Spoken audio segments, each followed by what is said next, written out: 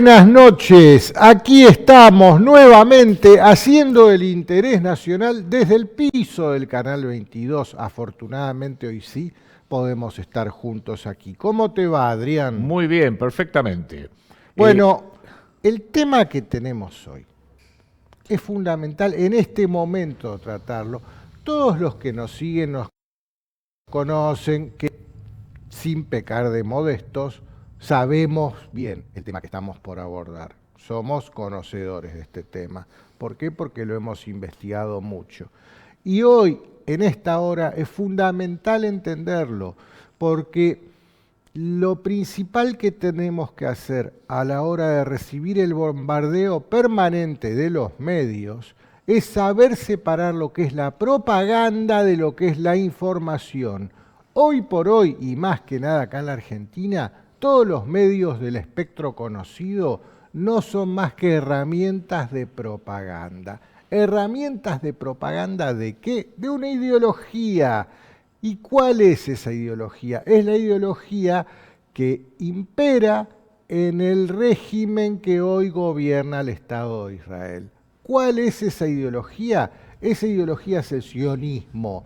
Y si no comprendemos qué es el sionismo, de ninguna manera vamos a poder abordar la problemática de lo que hoy está enfrentando al mundo, que ya no está en el umbral de la Tercera Guerra Mundial. No, a ese umbral ya lo hemos atravesado. Simplemente ahora hay que esperar la evolución. ¿Qué es el sionismo, Adrián? Bien, bueno, es un tema que lo venimos tratando en gran profundidad, especialmente en estos días, como bien dice Enrique, porque es la noticia casi exclusiva de los grandes medios de todo el mundo, de la Argentina incluida.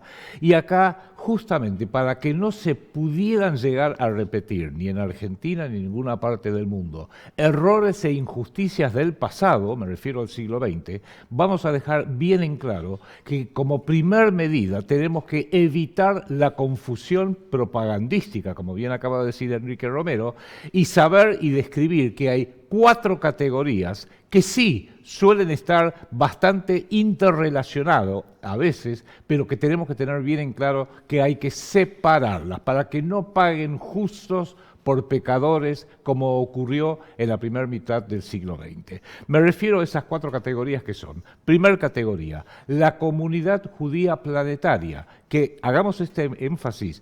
Hay algunos que suscriben el sionismo, hay otros que no, lo acabamos de ver en Israel, y por sobre todo es una comunidad muy, muy pequeña. Según las propias cifras del gobierno del Estado de Israel, de las distintas organizaciones judías del planeta, son unos 16, 17 millones, ampliemos para incluir a los familiares, no más de 30 millones de personas en todo el planeta. Sin embargo, el planeta tiene 8.000 millones de habitantes, con lo cual, si tomamos 30 millones y lo comparamos con 8.000 millones, podemos decir que la población judía del planeta Tierra es del 0,2%. Y en la Argentina, aproximadamente, según las cifras propias dadas por las entidades judías, la DAIA, por ejemplo, la Organización Sionista Argentina, es no más del 0,4%, con lo cual nos están diciendo que el 99,6% de la humanidad no es judía, y en la Argentina, con 47 millones de habitantes, solo el 0,4% de la población son miembros de la comunidad judía. Por eso distingamos, esa es la comunidad y a lo sumo señalaría cuánto poder para tan poca gente. Pero bueno, es un dato veámoslo neutramente. Segunda categoría, la religión judía, la religión mosaica. Nosotros, Enrique Romero, yo, este programa, esta casa, no discriminamos a alguien porque tenga una religión distinta. La religión que uno tiene en lo personal y en su familia es una decisión que cada uno toma o que recibe en herencia. Yo soy católico, apostólico, romano, pero es un tema mío. No voy a discriminar a alguien porque sea musulmán, porque sea protestante, porque sea hindú, porque sea de la religión que sea. Es una segunda categoría que, para colmo, en el caso del judaísmo, de la religión judía, no es evangelizadora. Muy raro que algún sábado o domingo alguien le toque el timbre y le venga a tratar de convertir a la religión mosaica. No ocurre eso, porque justamente es una religión muy reservada, muy introvertida en términos religiosos. tampoco nada que oponer. Y no molesta a nadie. La No religión molestan. judía jamás molestaron a nadie. Tercer categoría, ya que sí entramos en tema, que es la ideología fundamentalista, política y geopolítica del sionismo, que está basado en una serie de preceptos que no tiene 3.700, 3.800 años de historia como tiene la religión judía, sino que nace en el siglo XIX y se consolida a partir de 1896, muy especialmente con un intelectual, un abogado vienés que se llamaba Theodor Herzl, que escribe un libro que se llama Un Estado Judío, que era lo que buscaba, como los judíos estaban teniendo mucha discriminación en Rusia, en Ucrania, en Polonia, en los países bálticos, en Alemania era menos dentro de todo, pero también en Francia y en toda Europa, reunirlos a todos, los judíos que estaban siendo perseguidos en Europa, y llevarlos a una tierra. ¿Cuál tierra? Y la tierra de Palestina, porque era la tierra histórica. Y como el sionismo desde sus primeros miembros estaba muy, muy íntimamente relacionado con la geopolítica británica, logran, cuando ya empieza la Primera Guerra Mundial en 1914, las partes en guerra eran las potencias centrales, el Imperio Alemán, el Imperio Austrohúngaro y el Imperio Otomano Turco, que era el poseedor de Palestina.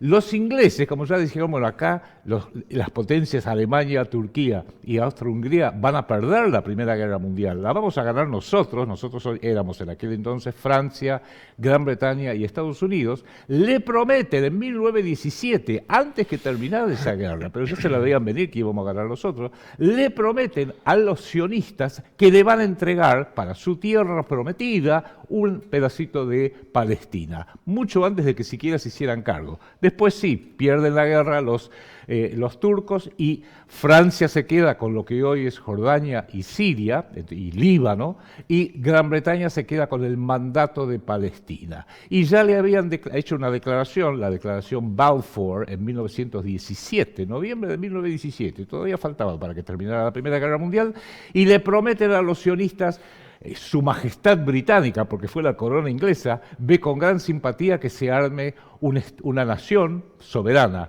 judía en Palestina. Por más que todavía Palestina no era de ellos, pero no importa, después sí, después se la apropiaron. Y Déjame, perdóname que sí. te interrumpa, hacer una aclaración con respecto a lo que fue la declaración Balfour.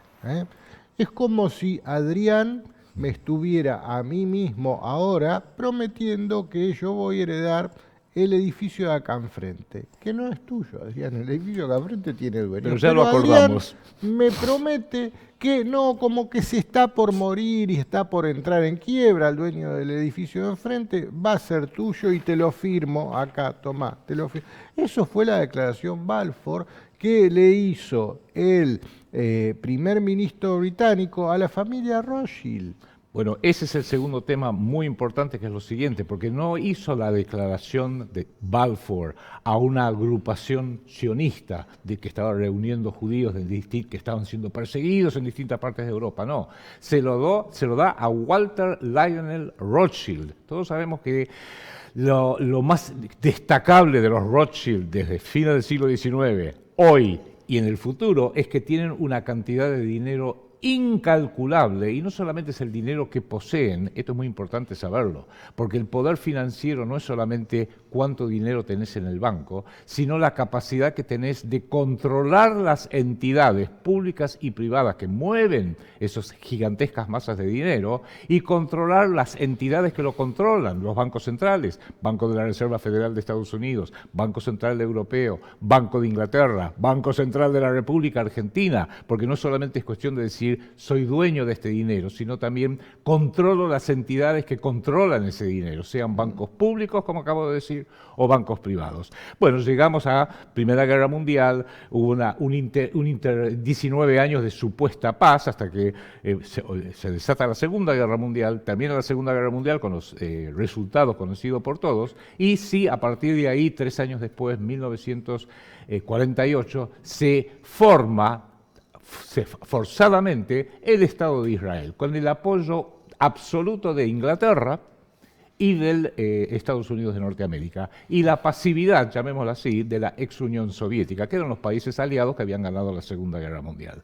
A partir de entonces vemos cómo el sionismo se impone en el Estado de Israel, el flamante Estado de Israel, con un resultado tremendo, que ni siquiera estaba en la declaración Balfour de 1917, la expulsión, primero, de los palestinos que venían viviendo ahí desde hacía miles de años, y después la vejación, se le quitan las casas, se le quitan sus plantaciones, se le quitan sus negocios, se los diezma totalmente. Son demasiadas las guerras, los ataques del Estado de Israel, que se transforma en una potencia militar muy importante, con la alianza de Estados Unidos, con la alianza de Gran Bretaña y luego la alianza de buena parte de los países de Europa, especialmente con el sentido de culpa impuesto históricamente contra Alemania, que hoy es uno de los principales aliados del Estado de Israel, pero el sionismo empieza a generar problemáticas permanentes, no solo en Medio Oriente, sino también en Europa y en otras partes del mundo. Recordemos también que la voluntad del sionismo fundador no es tanto consolidarse solamente en Palestina, en el Estado de Israel, según una supuesta,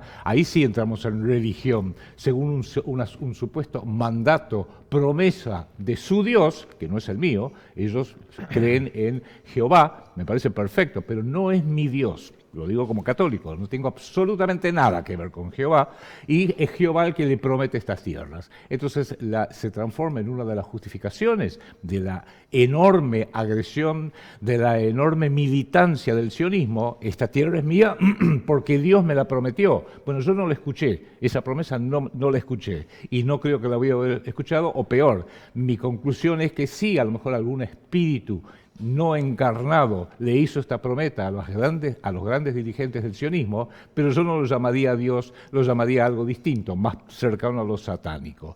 Esto como primera introducción, porque hay que distinguir estas cuatro categorías: la comunidad judía, la religión mosaica, el sionismo, y la tercera, que es el Estado de Israel, que es tal el genocidio, las atrocidades que hoy están cometiendo el régimen sionista bajo el mandato del primer ministro Benjamín Netanyahu, que no tenemos que andar en eso. Segundo, para entrar en este tema y entender bien de qué estamos hablando, porque sabemos que, especialmente gracias a la enorme propaganda que el poder financiero sionista les permite ejercitar a nivel planetario, me refiero a la enorme propaganda a través del control y la propiedad de grandes medios de difusión, sean de izquierda o sean de derecha. Difieren sus estilos. Si uno escucha una novedad dada por CNN, de izquierda, o dada por Fox News, de derecha, por el New York Times o por The Economist. Estoy hablando de distintos países. Lo mismo en Argentina. Hay casi un discurso, casi no, hay un discurso único, pero hay sutiles diferencias si lo da la Clarín o La Nación, si lo da un diario un poco más liberal o un poco menos liberal, pero siempre pareciera que ciertos temas no se pueden debatir. Y cuando se trata de debatirlo, y esto desde hace muchas décadas, se llega a la siguiente problemática, que es la siguiente: cualquier crítica al judaísmo, cualquier crítica al pueblo judío, cualquier crítica que se pueda llegar a hacer al Estado de Israel, automáticamente se la califica de antisemitismo. ¿Qué era antisemitismo en última instancia? Una suerte de una aberración, si quiera decirlo, porque si yo voy a ser anti algo, por lo menos díganme qué es. Por ejemplo, yo soy anti-británico, anti-inglés en lo geopolítico, no en el pueblo. Soy anti-inglés. ¿Por qué? Porque la geopolítica de Inglaterra ha sido un enemigo constante de la República Argentina. Entonces, si yo digo soy anti-inglés, bueno, alguien diría, ok, me definió que es inglés, que es Inglaterra, y se define como es que está en contra de eso. Pero hoy en día cualquier crítica a la comunidad, a sectores de la comunidad judía, cualquier crítica al sionismo, cualquier crítica al Estado de Israel, se califica de antisemitismo. Entonces ahí va la siguiente pregunta, que es muy importante. Perdón, antisemitismo son semitas, supongo, y aquí entramos en una de las primeras catástrofes, porque es la palabra justa, de la propaganda moderna. Semitas, hoy en día, los semitas principalmente son los palestinos, los sirios, los iraquíes, los libios, los egipcios y algunos pueblos más árabes, que son mayormente musulmanes, o algunos son católicos. Por ejemplo, los libaneses, hay muchos cristianos maronitas, que es otra línea del cristianismo. Pero pareciera que no, antisemitismo solo se puede expresar a una oposición a sectores militantes de la comunidad judía. Y sin embargo también, otra cosa, hay una parte del pueblo judío que sí es semita, los sefarditas, y los mizrahi del norte de África. Sin embargo, en total no son más del 20% de toda la gran comunidad, no tan grande en números, la comunidad judía planetaria. La mayoría, el 85% de la comunidad judía, son los que se describen como Ashkenazim, que es una palabra hebrea para describir a los alemanes, que vienen originalmente de una tribu vasta, sumamente violenta, sumamente agresiva, nómade, porque deambulaban por distintas partes de Asia, que se conocieron como los jázaros o los cázaros, y ellos estuvieron haciéndole la guerra a lo que hoy es Rusia, lo que hoy es Ucrania, lo que era el cristianismo, hasta tal punto que se pudrieron, que se cansaron de esta agresividad por la carencia de valores que no tenían los cázaros, porque no tenían valores religiosos, y los rusos, esto es histórico, en el siglo VII y en el siglo VIII los acorralan, los arrinconan y le dicen, ustedes no tienen valores porque no tienen una religión propia, eran cázaros, eran salvajes, monstruos salvajes realmente sumamente violentos, y los obligaron, o se hacen cristianos, o se hacen musulmanos. Estamos hablando del siglo VII, siglo VIII de nuestra era. Y finalmente uno de sus líderes dijo, si nos hacemos musulmanes, vamos a estar bajo la égida del califato de Bagdad. Si nos hacemos cristianos, vamos a estar bajo el control de Constantinopla. Entonces mandan llamar un asesor, un rabino de Córdoba, y les terminó diciendo, un poco lo voy a parafrasear al Papa Juan Pablo II. En realidad yo soy el hermano mayor de ambos, porque es verdad, el judaísmo es el hermano mayor del el Islam y el hermano mayor del cristianismo. Y los convencieron, o por lo menos lograron convencer a la clase dirigente de los cázaros de esta tribu sumamente poderosa y sumamente violenta, a que se convirtieron. Primero la élite cázara en sí, y luego todo el pueblo cázaro al judaísmo. Es la única conversión en masa que registra más o menos la historia. Se convirtieron al judaísmo y son lo que hoy son los Ashkenazim. Del sur de Rusia y buena parte de Ucrania pasaron a lo que son los países bálticos, pasaron a Polonia y finalmente en Alemania se consolidan y hacen un gran desarrollo de lo que es una serie de técnicas, que hoy escapa entrar en el tema, del sistema financiero. Y se consolidan en una serie de dinastías financieras que son mundialmente conocidas.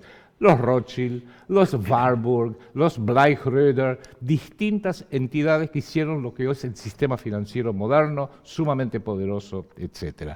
Y es a partir de ahí que aprovechan una parte de ese gran poder financiero, inclusive haciendo alianzas matrimoniales dentro de la comunidad Ashkenazim, descendientes de los cázaros, dentro de ellos, conservando ciertas características psíquicas de comportamiento, raciales inclusive, realmente genéticas, debemos decir, que hacen que sean bastante identificables.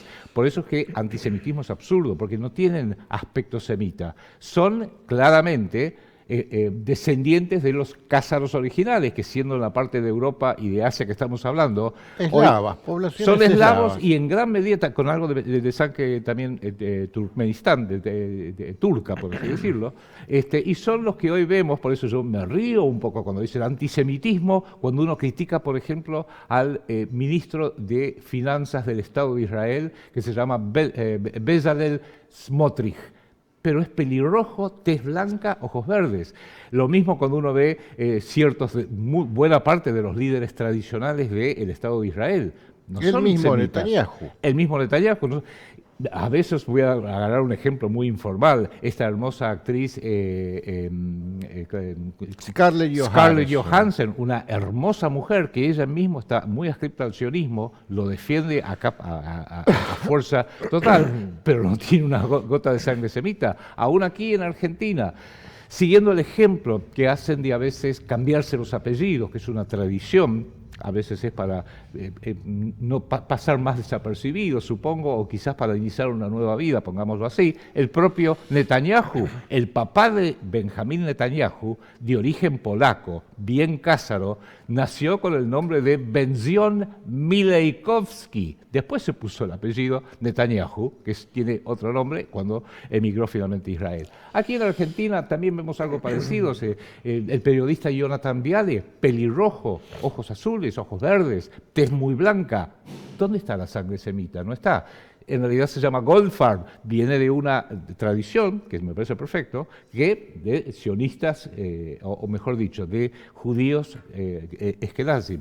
Cuando vemos todo esto, creo que es importante tener en claro, para no confundir y decir, es la comunidad judía. No, es el sionismo como ideología que es suscrito por una parte, no por toda, por una parte de la comunidad judía, pero la mayor cantidad de sionistas hoy en día no son judíos siquiera de la comunidad, son protestantes evangélicos, porque hay una línea protestante evangélica, nacida en Inglaterra y consolidada en Estados Unidos, que cree ver en esta supuesta retorno del pueblo de Israel a Palestina, cree ver un mandato de Dios que se está cumpliendo, pero no es así necesariamente, porque en definitiva los protestantes evangélicos son los que dicen, bueno, con esto está probado y hay que mantener a Israel a cargo del sionismo, pase lo que pase, que es lo que estamos viendo con Donald Trump, con lo que vemos sistemáticamente con los líderes, no solamente de Estados Unidos, sino de Europa, y también, digámoslo, lo vemos en Argentina, donde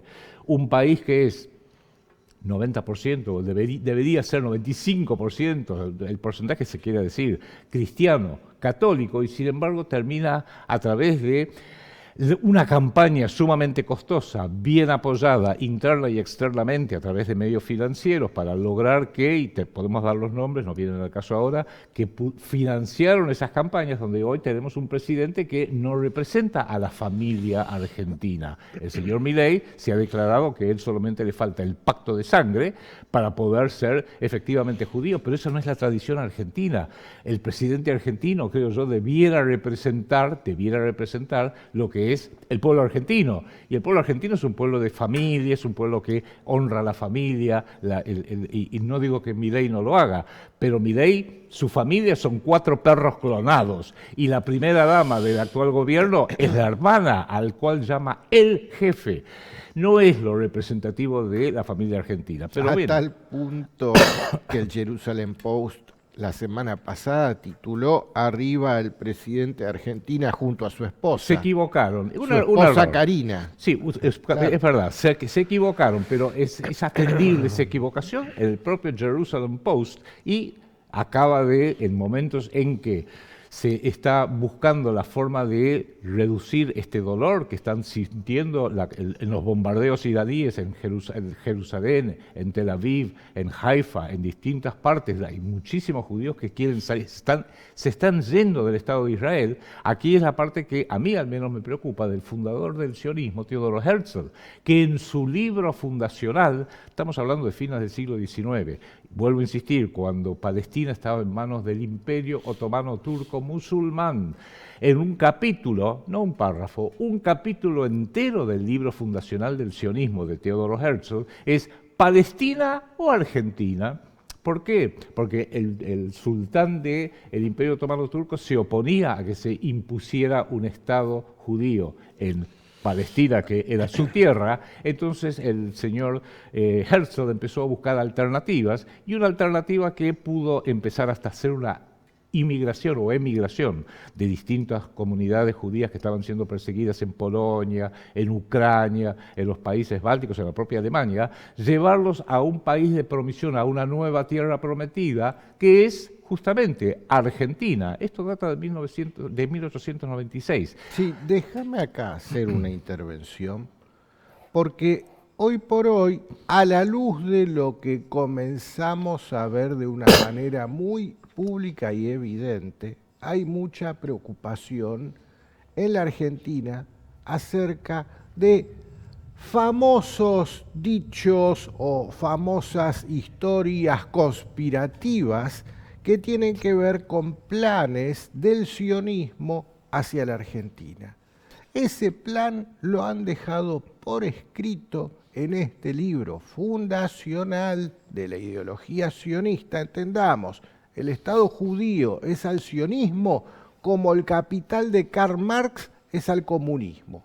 Si no entendemos eso, no entendimos nada. Bien, en este libro, el Estado judío, plantean dónde fundar ese Estado nacional judío, y como vos dijiste, un capítulo se titula Palestina o Argentina, y hacen un análisis FODA de fortalezas, ventajas, debilidades y amenazas de un plan, y gana por lejos Palestina, obviamente, pero Argentina nadie nos asegura que no se lo hayan guardado como un plan B. En los años 60 apareció Walter Beberaggi Allende. Walter Beberaggi Allende era el decano de la Facultad de Ciencias Económicas en aquel entonces. Aparece él denunciando que escuchó de un rabino conocido la descripción de un plan para hacerse cargo de una parte del territorio argentino. Bueno, está escrito en ese libro ese plan, está escrito. Entonces, a la luz de los hechos que vemos hoy, de un presidente de la Argentina viajando a Israel en un contexto que no justifica de ninguna manera ese viaje, y que aparezca la foto de Milei y toda la delegación argentina sentada en una mesa, y Netanyahu y sus asesores del otro lado de la mesa, y Netanyahu en sus manos con un mapa de la Patagonia, esto es de público conocimiento, esta foto, despierta muchas sospechas, suspicacias y dudas que tiene el pueblo argentino que nadie las está explicando desde el gobierno. Nadie. Están mirando para otro lado, negando que eso haya sucedido. La foto es documental. Entonces hay que empezar a estar alertas y preguntar todas estas cosas. Es exactamente así, Enrique, y en honor al tiempo obviamente no lo vamos a detallar. A quienes pueda interesarle, yo he escrito un libro que se llama Palestina y Argentina, dos blancos de guerra sionistas. ¿Y por qué usé ese título? Porque el escritor norteamericano Mark Twain solía decir, la historia nunca se repite, pero a veces rima sospechosamente. Palestina y Argentina. Nosotros no queremos que Argentina sea transformada en una nueva Palestina con el desplazamiento de poblaciones, con genocidios que hoy llevan asesinados a casi 60.000 personas, la mayoría mujeres y niños, con una crueldad que solamente un ejército como el de Israel es capaz de hacerlo, con demoler edificios enteros con la gente adentro. Creemos que solamente es importante, y por eso dividimos en estas cuatro categorías, la comunidad, que es una cosa, la religión, que es otra cosa, el sionismo, que es una ideología supremacista judía, eskenazi, ni siquiera sefardita, eskenazi, de los eskenazis descendientes de los cázaros, pelirrojos, tez blanca, ojos mayormente verdes y azules, el sionismo ese militante, terriblemente agresivo, que parece poder incumplir todas las leyes, prácticamente todas las leyes internacionales, y el Estado de Israel, que en este momento es un paria, está condenado a nivel planetario, pero, y con esto vamos redondeando, qué interesante que ese poder privado, financiero, pareciera ser tan enorme que no hay nadie en el planeta Tierra capaz de detenerlo al señor Netanyahu, y tampoco detener al señor, esto escapa del marco hoy en día, de este programa al menos, al señor Zelensky, que también en un país que es mayoritariamente cristiano ortodoxo, de repente tienen un presidente de esta colectividad, que también es ínfimamente chiquita, y nuevamente nadie parece poderlo remover, a pesar de los problemas que ha tenido con Rusia, todo, etcétera. Qué interesante que los dos principales focos de una tercera guerra mundial están representados en dos funcionarios poderosísimos que parecieran representar ideologías fundamentalistas, genocidas en el caso de Benjamín Netanyahu, y a mí como argentino como mínimo me asusta. ¿Por qué hacemos este programa? Meramente para informar.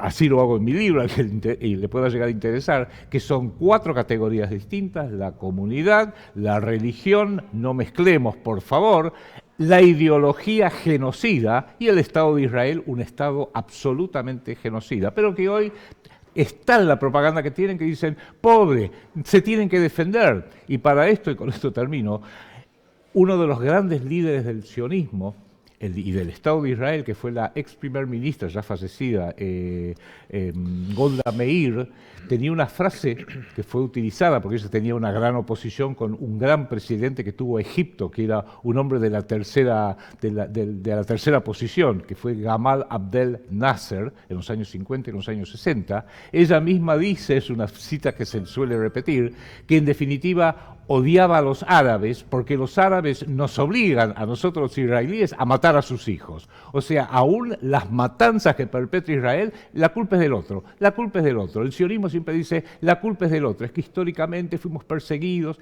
y hay una industria, donde Hollywood es una parte fundamental, de generar una imagen de que siempre perseguidos, pobres, tienen un derecho a la autodefensa, y yo diría, pareciera que el derecho a la autodefensa no incluyen atacar a un país como acaban de hacer con Irán, no incluye atacar instalaciones nucleares que pueden poner en riesgo la seguridad de todo el mundo, y no incluyen inclusive lo que acabamos de decir, que la culpa siempre la tiene otro. Una persona saludable tiene que siempre tener una dosis de autocrítica, que la vemos ausente lamentablemente en la actual dirigencia sionista del Estado de Israel, y la vemos ausente en el gobierno de la República Argentina del presidente Javier Milei y su hermana esposa. Son temas que como mínimo tenemos que abrir los ojos para empezar a debatirlas, entre otras cosas, y pedimos el apoyo de la comunidad judía a nivel mundial, que empiecen a coparticipar, lo están haciendo, y que empiecen a hacerlo cada vez más, porque si no, nunca van a faltar gente que en su sobresimplificación de las cosas pueda llegar a cometer terribles injusticias, como ya lo vimos en Europa en la primera mitad del siglo pasado. Que no vuelva a ocurrir, pero para que no vuelva a ocurrir hay que poder debatir los temas, plantearlos y respetar cuando hay opiniones distintas que no sean las que quiere el sionismo. Esa ha sido la función de este programa, y mañana jueves, de la misma forma que anoche en Antisistemismo Explícito analizamos este problema a nivel mundial, mañana jueves lo vamos a analizar, el Antisistemismo Explícito, a un nivel ya más de la Argentina, porque creemos que la Argentina es el blanco de guerra casi inmediato del sionismo para resolver la catástrofe que ellos mismos han armado en el Estado de Israel. Sí, la catástrofe humanitaria que ellos mismos ahora comienzan a darse cuenta que se generaron para sí mismos, para su propio pueblo. Por esto mismo, es fundamental que todos los argentinos le exijamos ya mismo al Congreso y nos dejemos de estar en la pelotudez del titular del diario si Cristina va presa o no, si le ponen la tobillera o no, o si va a salir al balcón o no, que exijamos que el Congreso convoque de manera urgente para interpelarlos a todos los presentes en esa mesa con Netanyahu, el presidente de la Nación, la jefa ¿de qué es el cargo? Bueno, jefa de secretaria de la presidencia, Karina Milei, el canciller Gerardo Huertein y el embajador Axel Banich. Esas 4 personas estaban presentes frente a un Netanyahu que arriba de su mesa tenía un mapa de la Patagonia. Queremos saber qué acuerdos cerró el presidente con Netanyahu. El Congreso tiene la obligación de interpelar a todos estos funcionarios argentinos presentes en esa mesa y del cual no han informado absolutamente nada. Y muy urgente. Bueno, nosotros, ya saben, volveremos el próximo miércoles a las 23:30 desde aquí, desde Canal 22, con más interés nacional. Muchas gracias a todos, nos vemos la semana que viene. Chau.